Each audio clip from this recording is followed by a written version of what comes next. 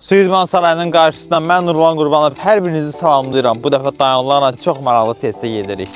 Şirkətin rəhbəri mənə deyir ki, qardaş mənə lazım deyil maşının qabağına durub danışmaq ki, bu neçə kilometr gedir. Götür avtomobillər burada da apar gör neçə kilometr gedir. Hər iki avtomobildə 97% şarjımız var, 97%-dən yola çıxırıq.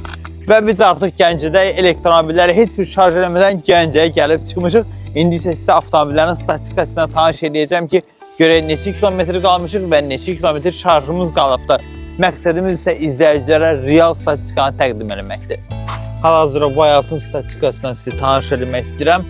Son şarjdan sonra 343,8 km məsafə qət etmişik. Ortalama sərfiyyatımız 15,2 kWh-dır. Bu axşam vaxtıdır, hava soyuqdur, ona görə belə olub.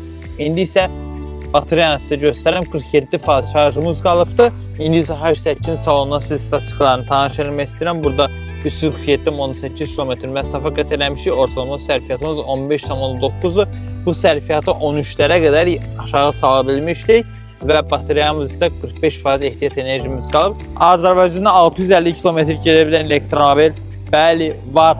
Dayon Rühay H8. Sizə real nəticə təqdim edirəm. Baxın, burada gördüyünüz kimi 640,3 km məsafə qət etmişik.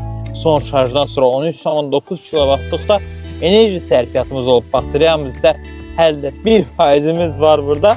Bəs Dayon Rühay altdan danışmamaq isə avtomobil 673 km məsafə qət edib və ortalama sərfiyyatımız 13,2 kWh-dır.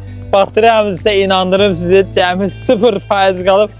4 kilometrlik də hələm ehtiyat məsafəmiz var.